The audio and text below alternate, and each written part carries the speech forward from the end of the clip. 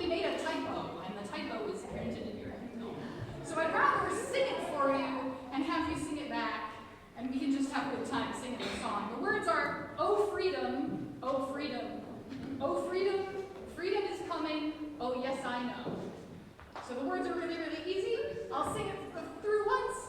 We'll sing it through all together on the melody, and then the choir's going to come in and we're going to kick it. Are you ready?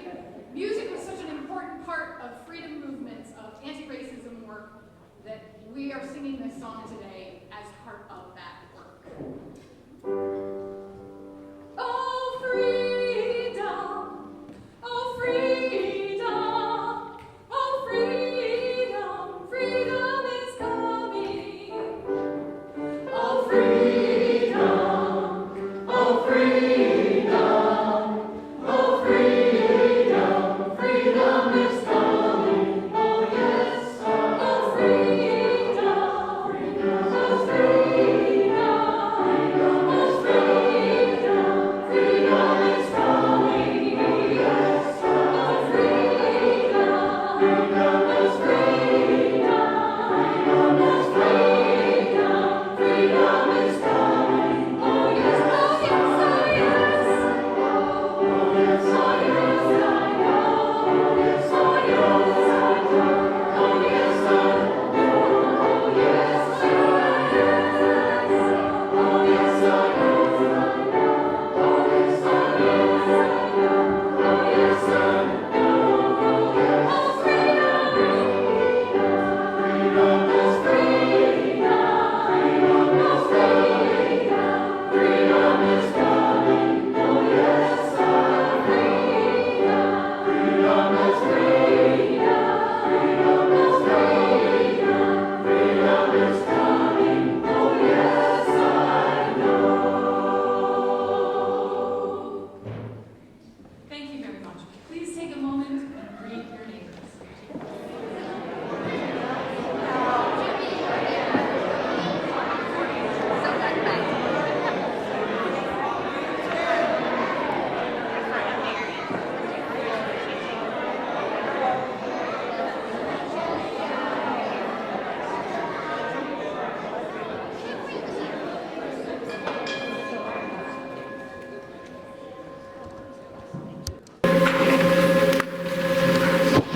May this flame symbol our transformation since time began, fire our curiosity, strengthen our wills, and sustain our courage as we seek what is good within and around us.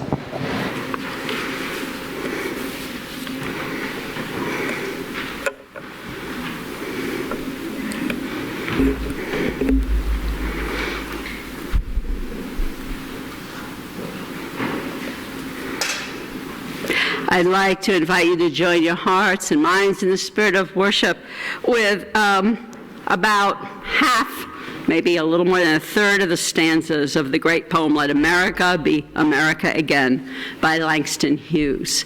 And I invite you sometime to read the whole thing, because I feel kind of guilty that I'm not reading the whole thing.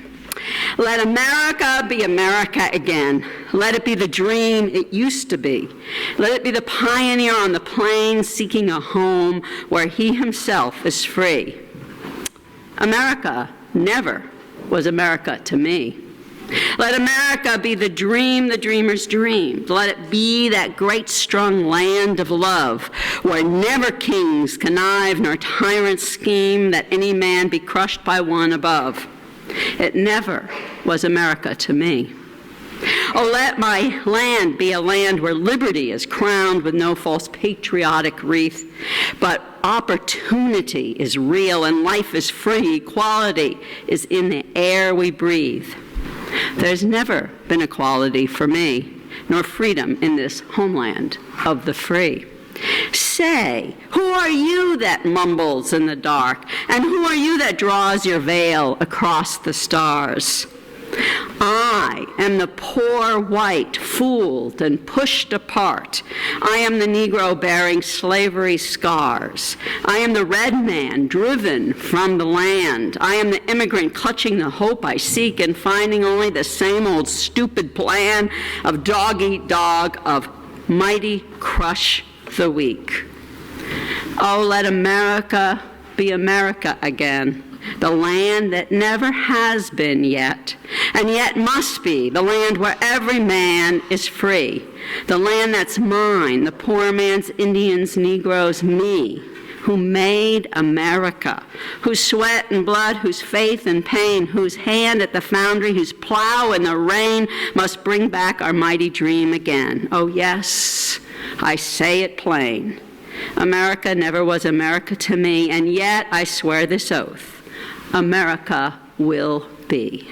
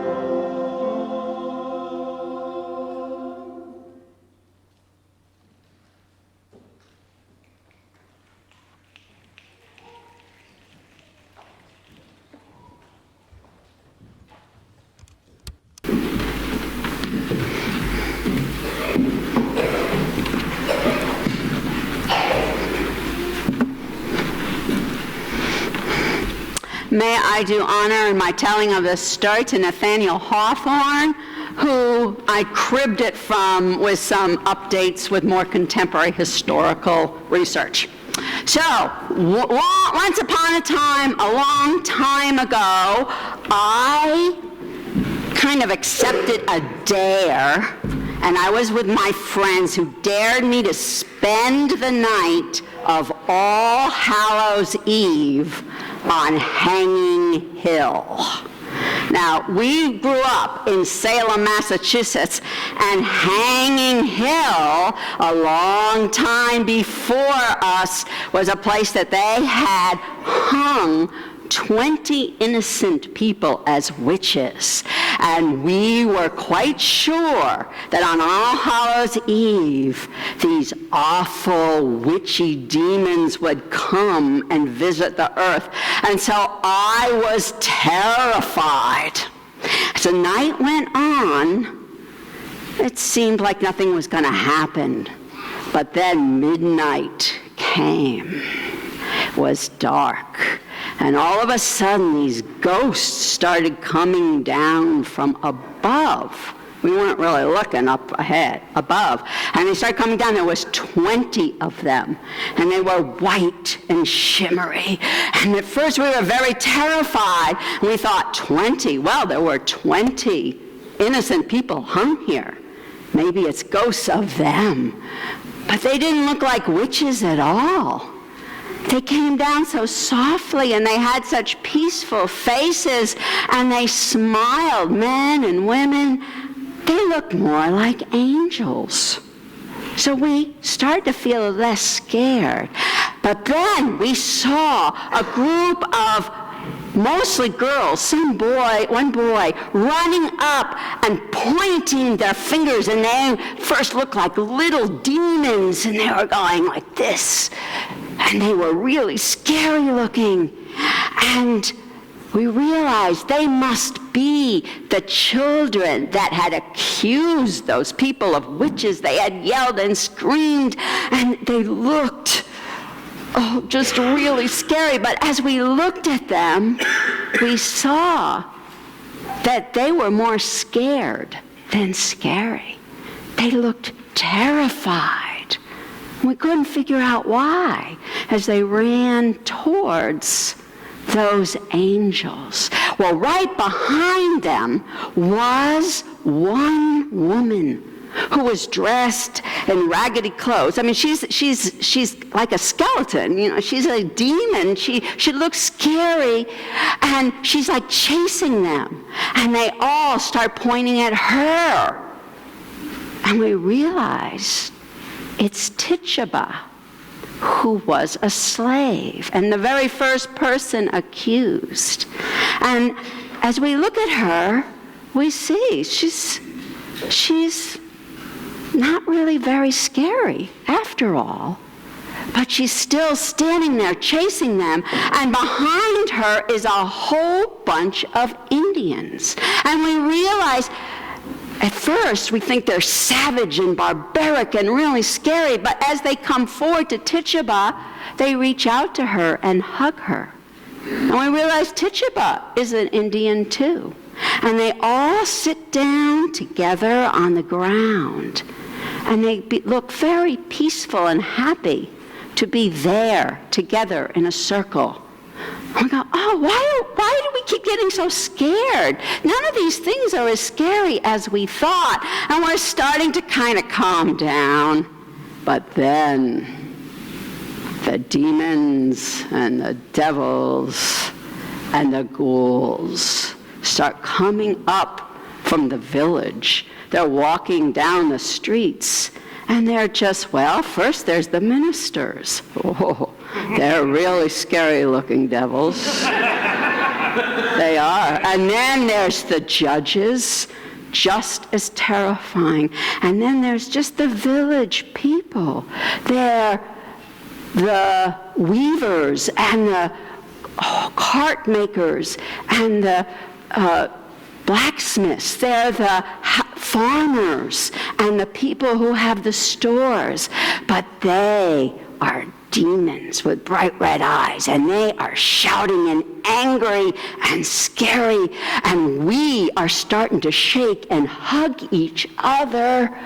And thank goodness, as we close our eyes, the sun starts rising in the east, and their yelling dies down, and they turn into mist and float away.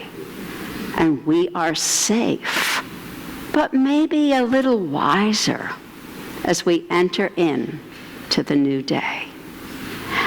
Now, we are going to sing you young people to your church school.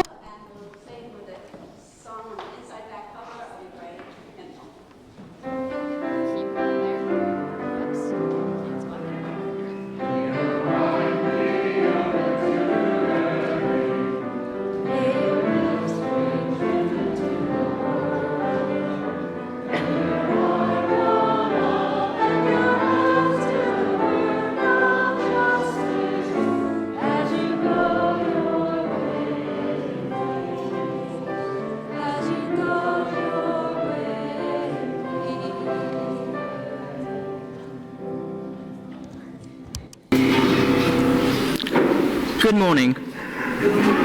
My name is Yari Biggs. I'm a member of this congregation, the co-chair of the Social Justice Committee, and it is my pleasure to welcome you to the sanctuary and to those joining us online to worship this morning. In order to reach a wider community than those able to be physically present on Sunday mornings, our services are live streamed on YouTube and on Facebook. Joys and concerns are not live streamed or recorded. As Unitarian Universalists, our spiritual paths vary, but in this congregation we have made a covenant together. We affirm our interdependence, celebrate our differences, and work for justice. We deepen our relationships as we create a compassionate, welcoming community, nurture spiritual growth, and act on our values in the broader UU world. I want to extend a special welcome to visitors worshiping with us this morning. We ask that you wear the paper name tags, as it helps us identify you as someone who we would like to meet. If you are seeking a spiritual home, we hope that you may find it here. Whether you are new to Unitarian Universalism or visiting from another UU congregation, we invite you to stop by the welcome table after the service to have your questions answered.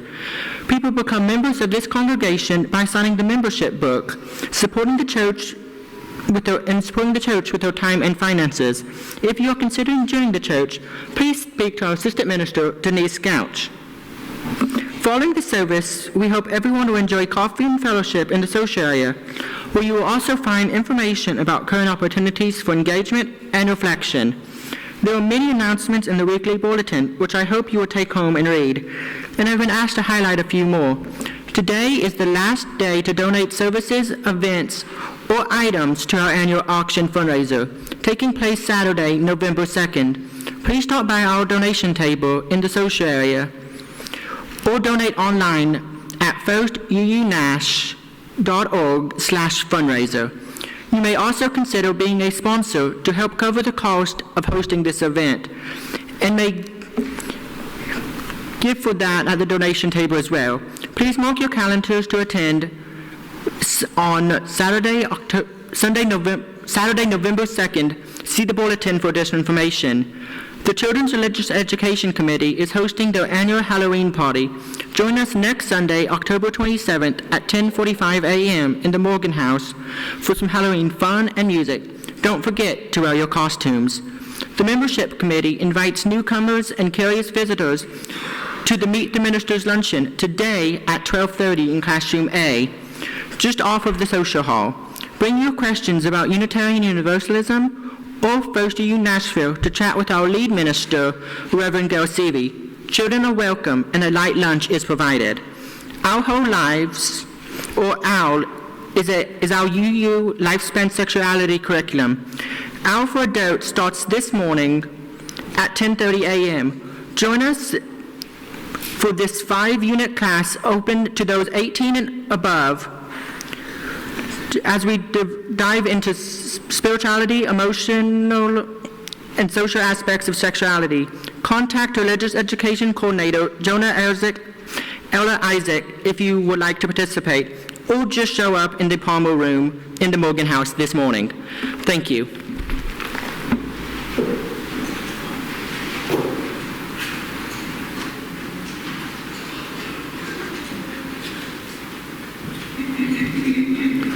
I'm Hampton Howell. I was pleased to be asked to give the stewardship talk this morning.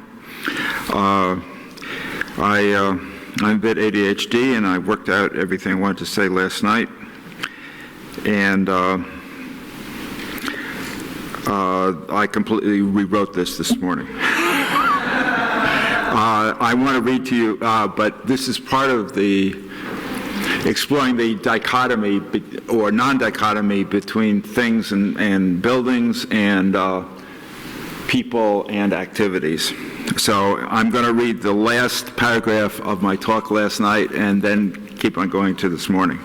It's our committee work and our financial contributions which allows us to have a community group here, which educates ourselves to take on racism, work with NOAA, Habitat for Humanity that Jimmy Carter just worked with, visit important civil rights sites in Nashville, Montgomery, etc. I was in my own world 2 years ago when the white supremacist fascist groups came to Middle Tennessee to demonstrate, and I went out to Murfreesboro to meet them, but there's a group of 10 others here who, along with Gail Seavey, who stood up to the Klan in Shelbyville. And I really appreciate that kind of statement that we made, that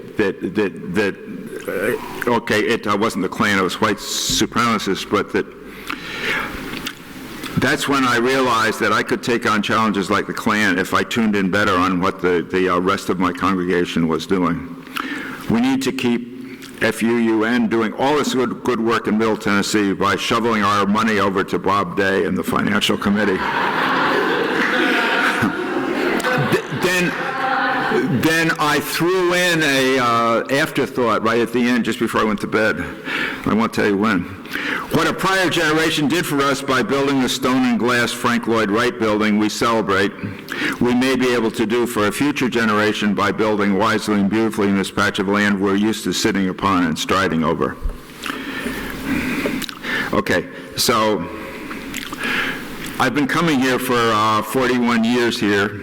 I met my wife here. She was a Virgin Unitarian at the UU Singles Group, and in 1983 we were married by David Maynard, and several folks who are in the audience today attended. I've attended here off and on over the years, then full-time since Trump threatened to turn our country into a dictatorship. I'm serious. I came back here in 2016 because I felt we all needed to work together to do what we could. The reason I'm giving this talk backwards is that for 41 years I've thought of this building as an act of nature. It was simply here with stone and glass and trees, moving outside in the wind and a cuddly house next door. Like many of you, but not all of you, I'm very attached to this building. I feel special when any of us chant Frank Lloyd Wright, etc. here. Preparing for this talk, it hit me last night. A group of Unitarians made this building and this community happen in 1960. Thank you. All of us who have passed through these doors in the last 57 years? No, whatever. Okay. Got to bathe and talk and act together in this space that an earlier generation created. I wonder if we might be able to create a comparable, gracious and natural and welcoming and gritty world for FUUN members of 2040 and 2016 and some of our children, if our world continues in anything like its current form. So the rest of this, I'm a bit ADHD, and I kind of tune in and tune out on what people are saying when I'm sitting out there. And but I do remember several other people talking on stewardship moments, and it sort of filtered in, and one of them was Vicki Jones's talk, and she talked about giving and giving and giving until it hurts. I can't see you, Vicki. Are you here? Yeah. Hi. Okay. What'd you say? I said I'm doing that again right now with you. Right. And, okay. Almost the day that I came back here with Purpose in 2016, we had big chairs around the edges of the social area discussing racism. I loved my own projection into whatever beloved community was. I was hooked. Others were already hooked. Susan Johnston, Carlene Dowell, lately Tom Surface in particular, and I also remember Tanya Surwich.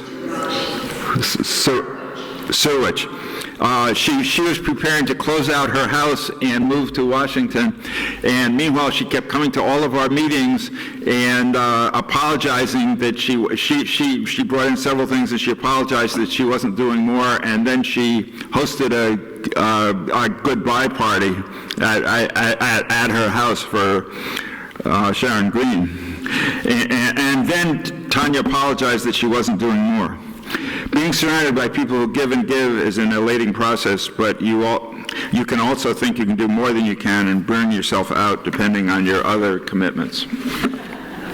Oops, I'm stealing your paper. Okay.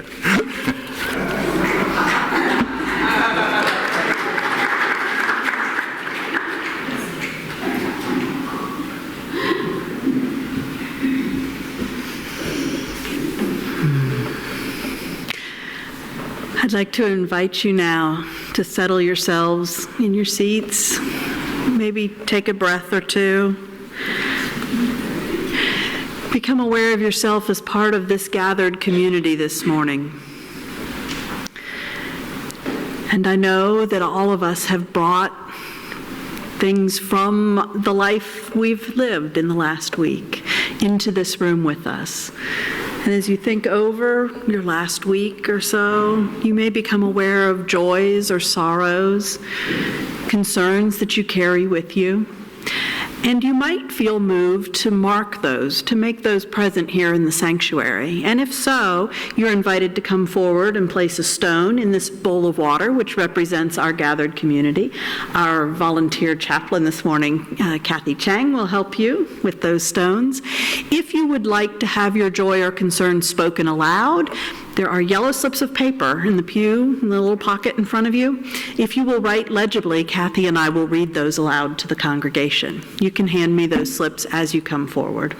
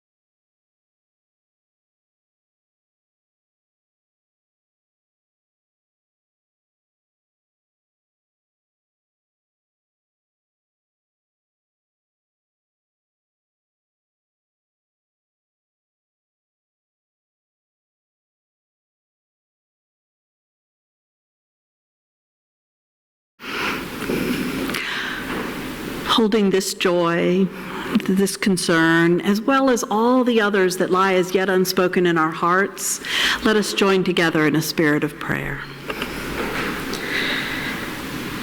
Spirit of life and love, we are grateful this morning to have this space to gather in, these people, our colleagues, to be here with, to be present with our joys, with our worries, with our connections to the life and the love that flows in and through and around and beyond these walls. May the time we spend together today fortify us, comfort us, challenge us, move us to work together and to move out beyond these walls to build the world in which we hope that we and our children and their children can share together in peace. Amen. May it be so. In just a moment, the ushers will come among us with the offering bowls. Most of you know that we share a portion of every collection with an organization that works in line with our values in the wider community. Our Share the Plate recipient for the month of October is the Music City Sisters of Perpetual Indulgence. You can read a little bit about their work in the order of service, but I have been told that Sister Rhea Sunshine will be available at the social justice table if any of you would like to talk about their work after the service. You can always give online if you wish. There are instructions printed in the order of service, I believe, on the cover, and there are also instructions available at our website, firstuunash.org. As always, your generosity is received with gratitude.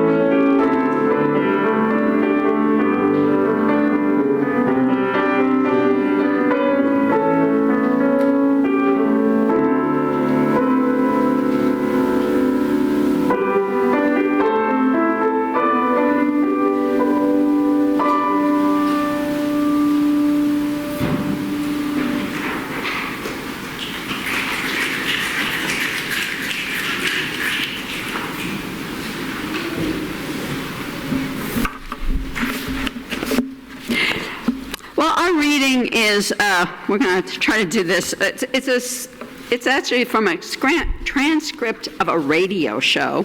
And so Hamp and I are going to be reading different people, and we'll try to, you're just going to have to pretend we're different people. Going back and forth here. And so I begin. I am a scholar, Susan Filchick, and I say, in 1613, a very famous marriage takes place in Virginia. Who got married? And then you say. I am John Bewin. You want to talk. I am John Bewin, and I'm here with Suzanne from the Racial Equity Institute. Okay. So, Pocahontas. John Smith marries Pocahontas? Well, it was Pocahontas, but it wasn't John Smith. Who was it? Does anybody know? John Rolfe, right. Yeah, now don't get your history from Disney. So, John Rolfe marries Pocahontas. Now, is this the great love story Disney tells? No. What was John looking to do? What's his goal here? He's making an alliance, as one might have made in Europe, in order. And it's like in the background somebody's yelling, power for power. And she says, yes, power's always right. If I ask a question, just answer power. And yes, it's about power, but it's specifically about obtaining land so he might build wealth. Now, how does John turn out? Does he turn out fairly well economically? He does. He's our first tobacco magnate. John turns out very well. Suzanne mentions this marriage so she can connect it to something that happens decades later, when the Virginia House of Burgesses in 1680 effectively defined a white man for purposes of colonial citizenship. So their first definition, and I paraphrase grossly, this is the essence, was a white man is someone with no blood whatsoever, that is Negro or Indian, as they would have said, and we will assign the following rights and privileges. Now, what would be the problem with such a definition? The problem was that definition would have excluded the descendants of John Rolfe and Pocahontas, and John Rolfe was one of us. So by then, those descendants were big shots and rich landowners. So we have a problem. We have a conundrum in the colony of Virginia. What to do? What we didn't do is even more illustrative of what we did.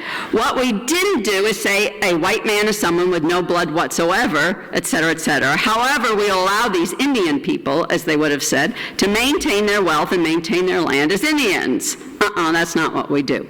That's not how it goes. What we said is a white man is someone with no blood whatsoever, et cetera, except for the descendants of John Rolfe and Pocahontas. We made them white. Is that the power to define reality? No blood whatsoever? Yeah, that's what it says. All right, but that's just some 17th century weirdness, right?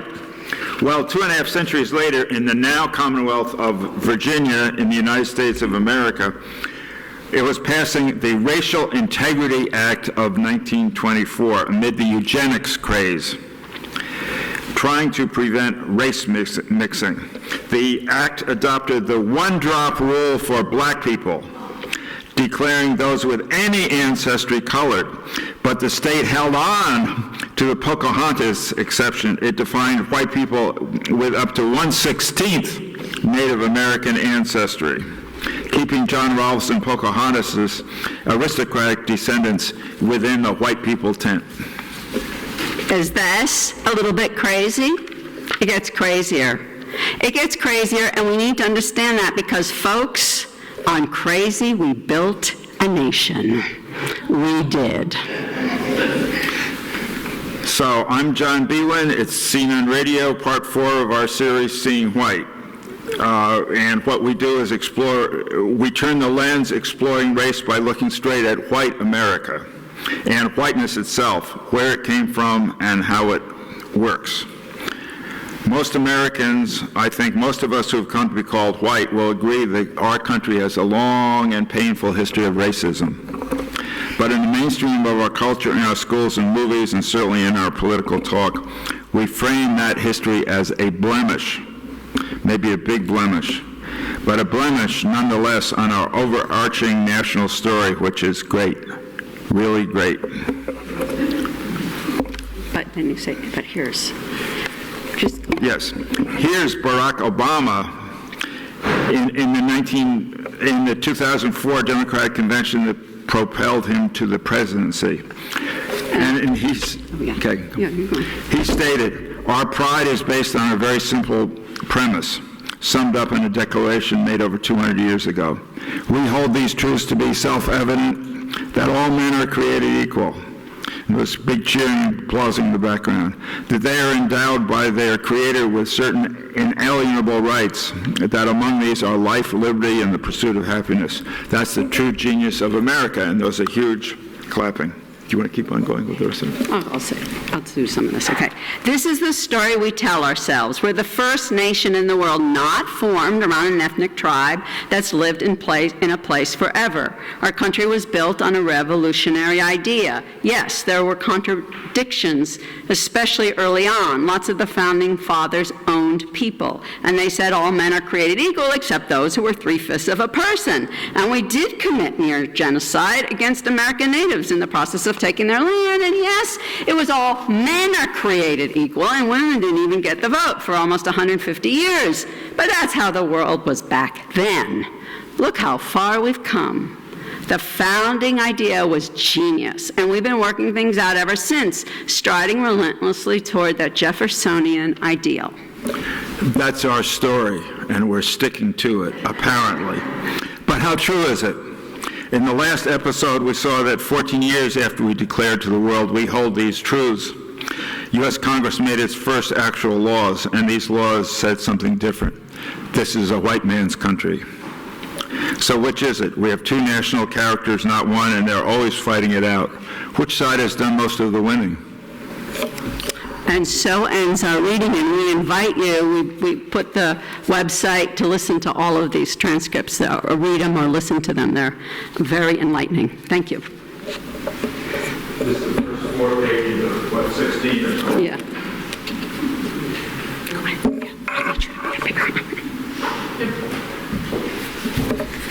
I'd like to invite you to rise in body or in spirit or prepare for singing number 90.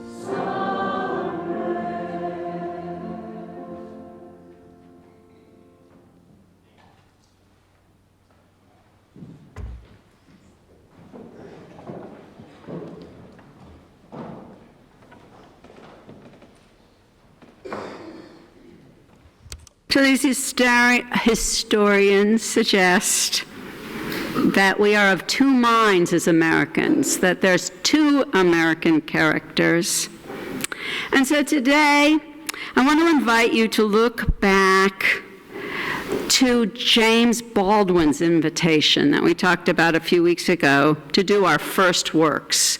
James Baldwin talks about in the African American Christian Church, they invite people to go back to look honestly and forthrightly at your beginnings. And he suggests that we can do that with our history, our culture around us as well.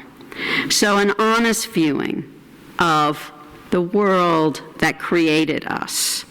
With that reckoning, maybe we can know how we came to this moment more fully. So as we move into a few moments of silence, I ask you a question for reflection. When did you first experience the two American characters, that justice or equality were here for some, but not for another? When did you first notice in your life when justice was for some, but not for everyone?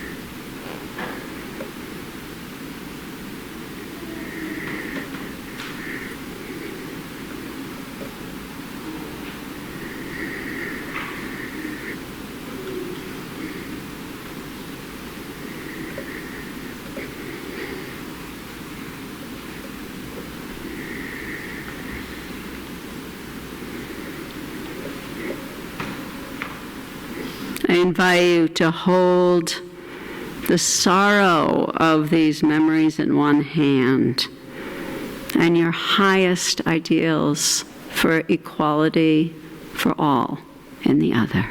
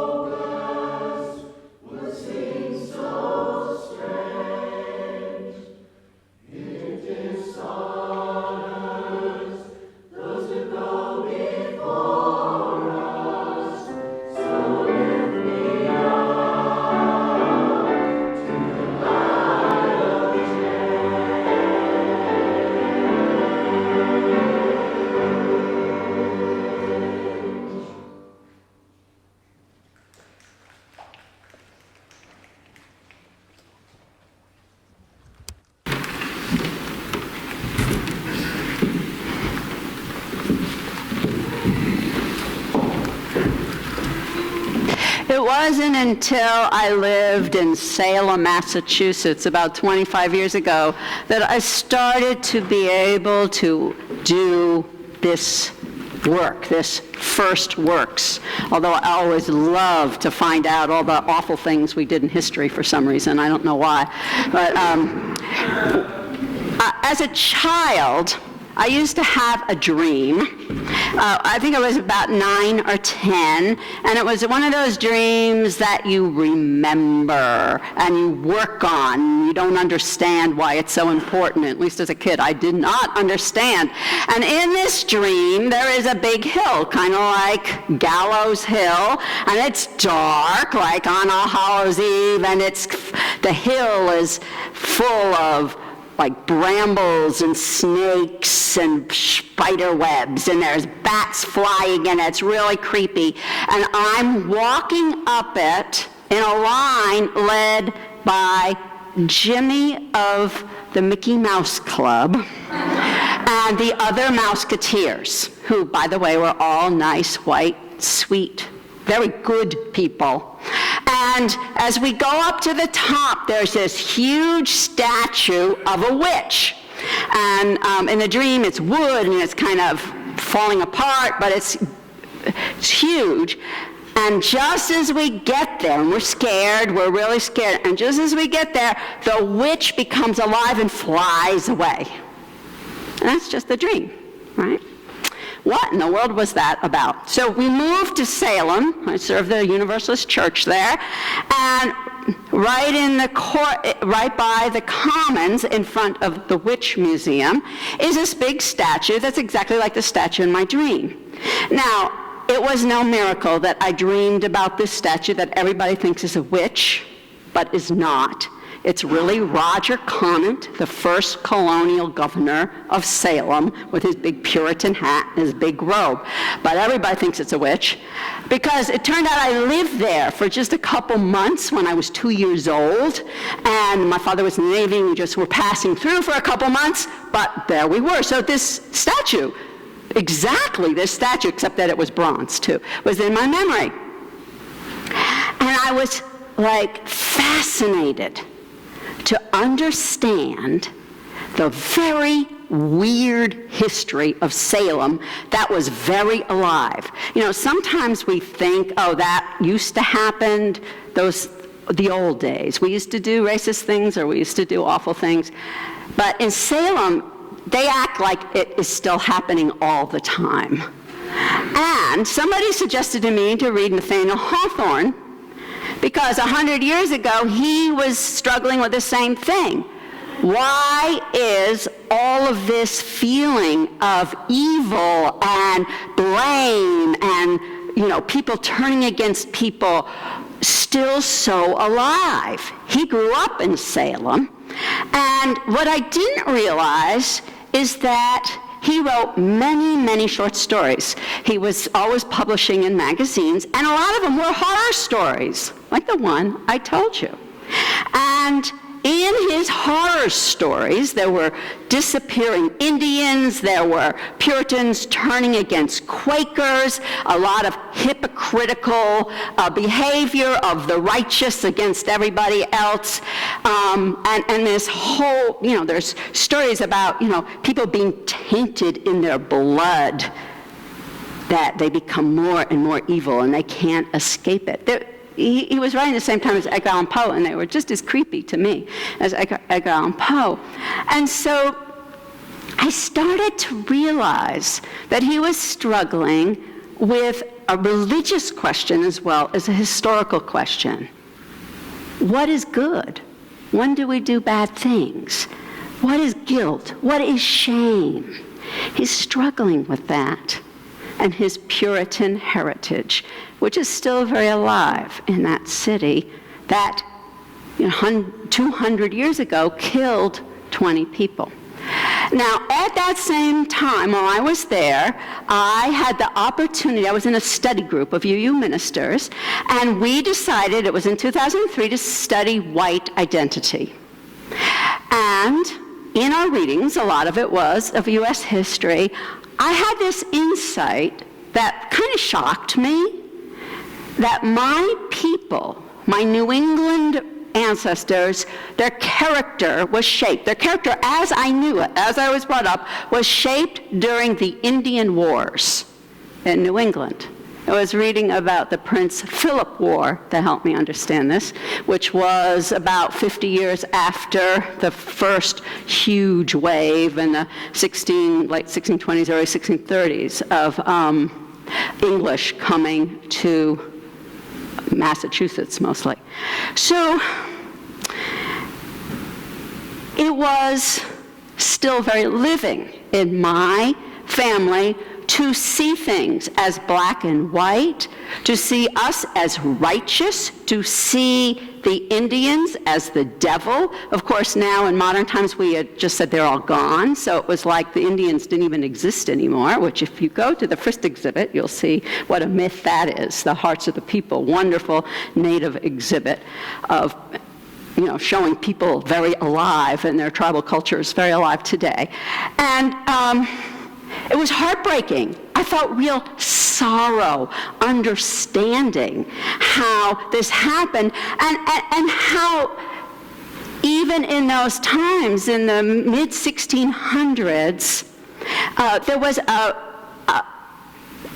slave trade in which the Indians who were captured were sold in the Spanish slave trade, so they were sold to people in the Caribbean. So you were killed during that war if you were an Indian, or you converted to Christianity, or you were sent to the Caribbean as a slave. You were sold.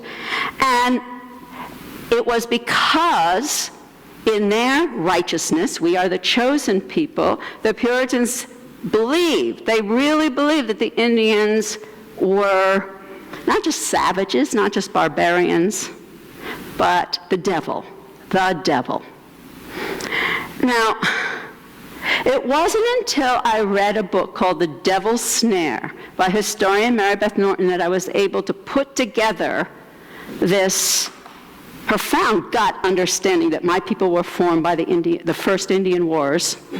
Actually, they were formed by many, because the land that was in the family came from people who fought in the French and Indian War, which was a whole 100 years later. So, so anyway, during reading this book by Mary Beth Norton, she had the radical but very well researched hypothesis that the witch trials were built on fear of the Indians, who they saw at that time as terrorists on the northern frontier. And of course, the Indians saw themselves as freedom fighters during what was called the Second Indian Wars, which went on through the whole 1690s pretty much. During those times, people flocked to Salem to escape the attacks on the Indians in the outskirts. It was the urban safe place to not be picked off as colonists were moving further north. 10 of the 20 people who started the witch craze, and most of the people who actually were the first few that started it, were girls between the age of 9 and 18 who were sent to Salem after they had seen their families killed, had escaped from Indians, or their villages had been burned down. And they were sent there as servants, or a couple of them were just invited into the families. Now, those girls, when you read about them, are having, we look at it today, I read it and go, that's a post-traumatic stress response, these things that they called fits. And of course, then the ministers who questioned them when they were having the fits planted the idea in their mind that they were they were controlled by witches. But you have to understand what they believed in those days. If you believed that the Indian was the devil, and that a witch was someone who had been motivated by the devil from within to bring evil into that safe space, that city, then that was their fear, people turning on them and bringing that evil into their city. And so it wasn't those girls who were the most afraid. Because, quite honestly, nobody in those days listened to 12, 15-year-old girls. Nobody. So why did the judges and the ministers and the townspeople listen to them? Because they were all terrified. They were all terrified and looking for somebody to blame for their terror, their fear. They're out of control, that the Indians were trying to keep their land, and they wanted that land. Okay? So as I was able to read this and understand this, oh, and by the way, Tituba was a South American Indian. The stories have turned her into an African-American slave, which makes sense because people are familiar with that, but she was an Indian slave from the Spanish slave trade. So,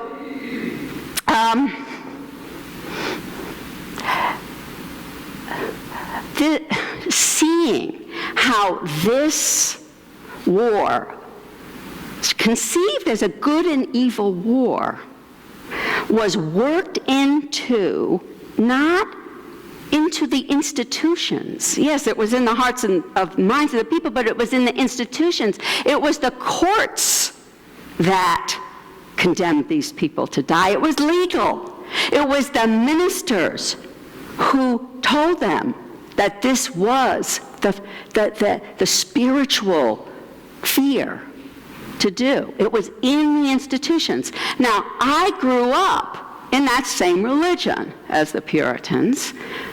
They believe in what they call original sin. There's some other Christian religions that believe in original sin, that we're all born evil. Now, that was one of many theological responses to a question that everybody with any sense of history or ancestry asks. Why do I feel like I am having to live with the bad things my ancestors did? You know, the Indians talk about you have to make decisions based on thinking about how it's going to affect the next 7 generations. Or in the Hebrew Bible, you read over and over again, the sins of the fathers are visited unto their children into the 3rd and 4th generation. It's a different cultures, but they ask the same question. So the Calvinists, the Puritans were Calvinists, they believed that Adam and Eve were the first people, and that they committed the first human sin, and they didn't have any understanding of heredity or biology, but they believed that this sin was passed on through sexual intercourse to the children throughout all time, right? And so I grew up, when I would read this history, with this sense in me that I was bad. And I felt that sense of original sin as like this heavy stone. It was almost like iron. It was so heavy, and it was at the core of my being. That's how real it was. It was that witch who was trying to be free of that heavy, heavy guilt. So reading, and I have noticed that with all of us, that whether we grew up with the idea of original sin or not, that when we are looking at the heartbreaking history that we have, that we are still living because it's still in our institutions, that we often feel guilt. We feel bad. They're saying I'm a bad person because I'm a part of that. But an amazing thing happened as I learned about this. That guilt, really shame, because I took it personally. That shame started to melt away. And instead, I started to feel sorrow. Sorrow is softer It's more real. It helps me relate to people living under this yoke of oppression, because everybody feels sorrow. And it enabled me to act. When I felt guilty all the time, shameful, I didn't feel very empowered to do anything about it, right? So, the word penance comes from the word sorrow. At its deepest level, the word penance means we feel sorrow for the harm that's been caused, the harm that has been passed on through the generations, through our institutions, or however you believe it happens. And that when we feel that sorrow, we are able to repent. And repent just means turn. Feel that sorrow and turn towards a new direction. We don't have to be tied to the past. You can be that witch and fly away in the night from that evil and start working with hope towards another kind of world. And since we live in a culture with two characters, one that believes in justice and equality for all, it's not a totally new world that we're building. There's a common, across our culture, understanding of the world we want to build. There's a lot of agreement on that. So, our beloved community is a committee here that works for institutional change. It works for institutional change both here at church and beyond to unravel this original sin, this original institutional sin of racism that is woven into our nation, mostly through its laws, but through all of its institutions, through every set of bylaws, every set of habits, whether it's in schools or churches or at your job. And that's long work. There's a lot of sorrow. But there's also a lot of joy as you feel free to be in sorrow with other people. You also are in joy with other people doing this work of change. So there's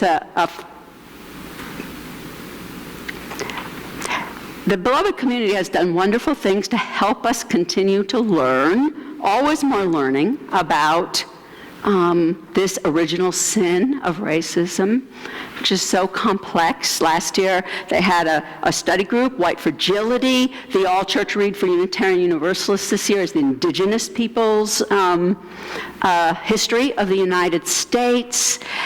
There's always more to learn. The city of Nashville right now, it has a read that Vanderbilt Divinity School started that's called a book called Dying of Whiteness. It's written by a Vanderbilt medical sociological professor, and shows how our racism gets into our policies around health and our health system. And there's going to be on October 29th a meeting for people to discuss that at the public library and that evening. There's so many things we can always be learning. And then, as we're learning, this group, the beloved community, is always asking us to promise, to covenant, to pledge about what we will do with this learning, with this sorrow but understanding. And they just had a Nashville Pledge. They do this about once a year, a Nashville Pledge program. They'll do it again next year. But you don't have to wait. There's always many opportunities, and you can see and hear their information about how to be involved or just do one thing with the Nashville Pledge program.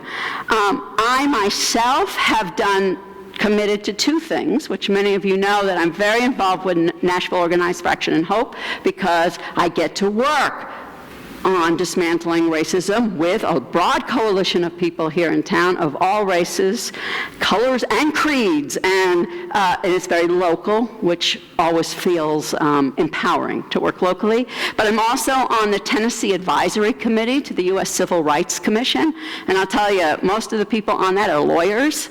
And it's been, I have no idea what's going on half the time, but it's been a really good learning experience, because I have seen how profoundly our laws still are very tied up with trying to keep the races separate and white supremacy culture alive. Bit by bit, you can see civil rights councils all over the country trying to unravel that. So it's both makes me sorrowful and yet gives me hope that there can be change. So I want to thank you all for thinking about our original sin of racism, feeling that sorrow, and may we all be able to turn towards hope together. The light, sorry, went on and on. I'd like to invite you to rise in body or in spirit and join in singing our closing hymn, number 1058 in the turquoise hymnal, Be Ours a Religion, number 1058.